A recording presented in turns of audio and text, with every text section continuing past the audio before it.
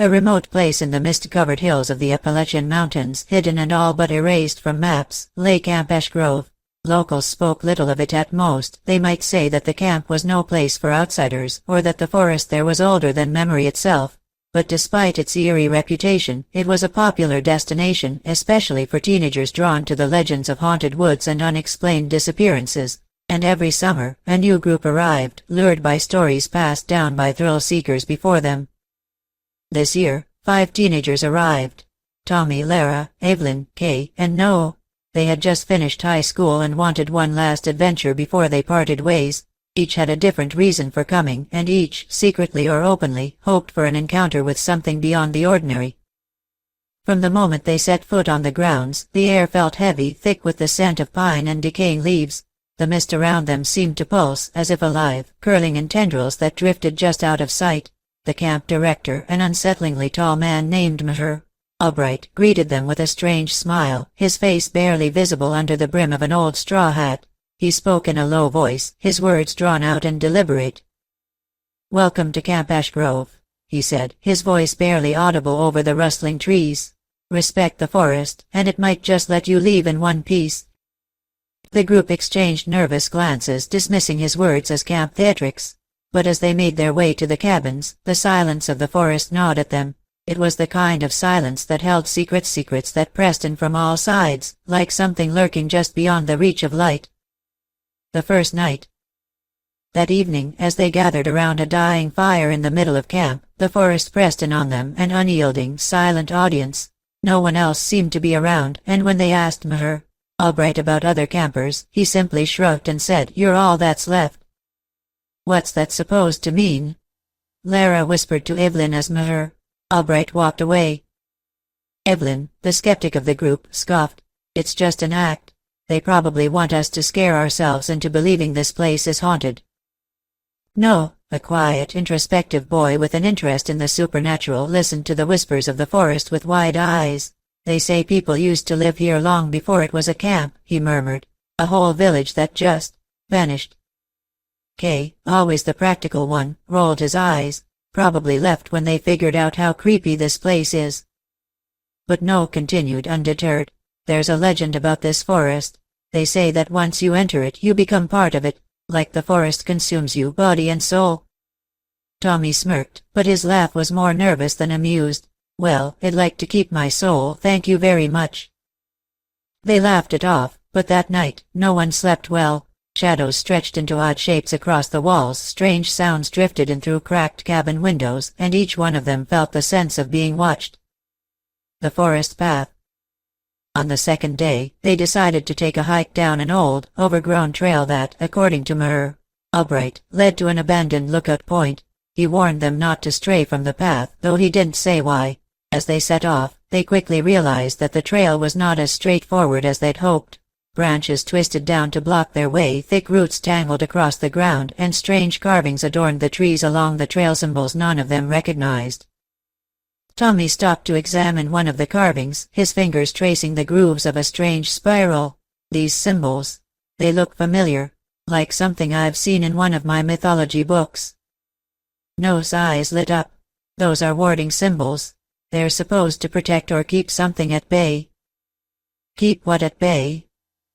Kay asked, his tone half dismissive, half worried. Evelyn shrugged. "Probably some ancient folk belief. This area's full of stories about spirits and curses." But Tommy frowned, his gaze lingering on the trees. Why would they put warding symbols along a camp trail? As they ventured further, the mist grew thicker, cloaking the forest in a ghostly haze. Soon, they could barely see each other, their voices muffled by the dense fog. Just as Tommy turned to call to the others, a strange noise echoed through the mist, a sound like laughter, soft and distant. "Did you guys hear that?" he asked, his voice barely a whisper. No nodded, his face pale. "It's coming from somewhere up ahead." "Or all around us," Lara added, glancing nervously at the fog that seemed to press closer. Before they could decide whether to turn back or keep going, they stumbled into a clearing. In the middle stood a single stone structure, half buried in moss and vines. It looked like an altar, though none of them dared to say it aloud. Kay, ever the brave one, stepped closer, squinting at the stone. This doesn't look like anything built by campers. What is this place? Evelyn knelt down, brushing the dirt from a small metal plate embedded in the stone. The writing was barely legible, but she made out a single word. Consecratio. That's Latin, isn't it? Lara asked, her voice barely audible. Evelyn replied, her fingers trembling slightly. It means consecration, or maybe sacrifice. They exchanged uneasy glances, the mist swirling thickly around them as though reacting to their presence. The laughter returned, louder this time, echoing from the trees. Tommy glanced at his watch, eyes widening. It's getting late. We should head back. But when they turned around, the trail was gone, swallowed by the fog. The forest had transformed, the trees looming larger and closer, their twisted branches reaching down like hands. We're not alone out here, Noah whispered, his voice trembling. Something's watching us. The descent into night. The journey back was fraught with tension. Every step seemed to take them further from where they intended to go, and no matter how they turned, the path twisted in on itself, circling back to the altar more than once. It was well past sunset by the time they finally stumbled upon their cabins, exhausted and shaken. Inside, they gathered around a single lantern, its dim glow casting eerie shadows across their faces. They were silent for a while, each lost in their thoughts, until Tommy finally spoke. Mr. Albright, he muttered. He said we're all that's left. What did he mean by that? Kay, usually the skeptic, looked uneasy. What if other campers came here and never left? Lara shook her head, but fear had dulled her sarcasm. We'd have heard about it if kids had gone missing. It would have been all over the news. Unless the forest kept them, Noah whispered, his voice barely audible. What if it consumes people, like the stories say? No one had a response, but the silence felt like an answer. They locked the cabin door, though it brought little comfort.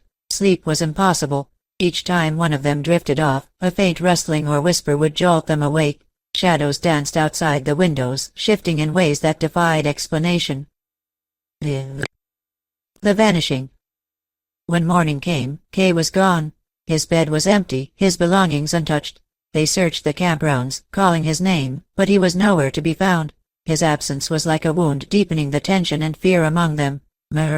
Albright offered no help. He simply shrugged and said, "The forest takes what it wants." Furious, they demanded answers, but he only repeated the same cryptic words. Desperate, they decided to search the forest themselves, hoping to find Kay or at least a clue to his disappearance. Hours later, exhausted and hopeless, they stumbled upon a different trail, one they hadn't noticed before. It led them to a cluster of stones, arranged in a circle. Each stone was marked with a familiar symbol, the same warding symbols they'd seen on the trees. In the center of the circle lay something that made their blood run cold. Kay's backpack, torn and empty. Evelyn clutched her chest, her face pale. This is impossible. How did it get here? Noah examined the stones, his eyes wide with fear. I think these stones are part of some ritual, like a sacrifice to keep whatever's in the forest at bay. Lara's voice cracked. But why Kay? Why him? As if in answer, the laughter echoed again, louder and closer this time. The fog swirled around them, dense and suffocating. Panicked, they fled, stumbling through the trees until they finally reached the edge of camp. But as they crossed the clearing, they saw something that stopped them in their tracks. Kay was standing by the lake, facing away from them, his body perfectly still. "Kay!" Tommy shouted, running toward him. But as he reached out to touch Kay's shoulder, Kay turned and the sight made Thomas' blood run cold. Kay's face was pale, his eyes empty and hollow as though drained of life.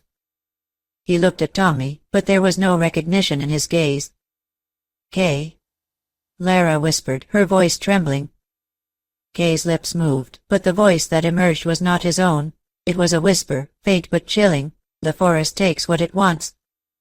He stepped backward, his form fading into the mist until he was gone, leaving nothing but silence in his wake. The final night. The remaining four returned to their cabin, but the night felt different. The mist pressed in, thick and oppressive, and the shadows moved with a malevolent intent.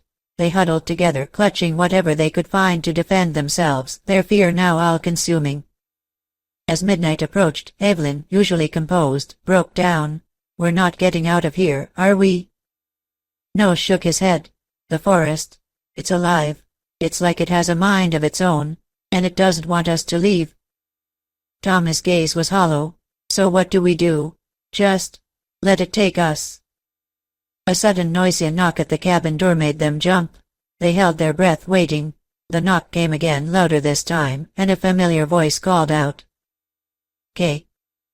They froze, the sound of Kay's voice filling them with a mix of hope and dread. But something was wrong. The voice was too calm, too steady, lacking any emotion. Tommy, trembling, walked to the door and looked through the crack. Outside stood Kay, his face blank, his eyes unblinking. "Let me in," he said, his voice low and strange. "Please, let me in." But Tommy backed away. "That's not Kay. That's something else." The knocking grew louder, more insistent, until it became a relentless pounding. The walls shook, the windows rattled, and the whispers returned louder than ever, filling their minds with promises and threats. They covered their ears, desperate to block out the noise, but the whispers seeped in, echoing in their heads. The pounding stopped suddenly, leaving a silence that was even more terrifying. In that silence, they heard one final whisper, a voice that seemed to come from everywhere and nowhere. "The forest takes what it wants." As dawn approached, the mist lifted, revealing the campgrounds once more. But there was no trace of the campers. The cabins stood empty, the lake was still, and the forest remained silent, as if it had devoured everything and everyone within. Camp Ashgrove returned to the land's memory, a place of legends and whispers, where those who entered never left unchanged if they left at all. And somewhere in the woods, 5 spirits roamed, forever bound to the ancient curse of the forest.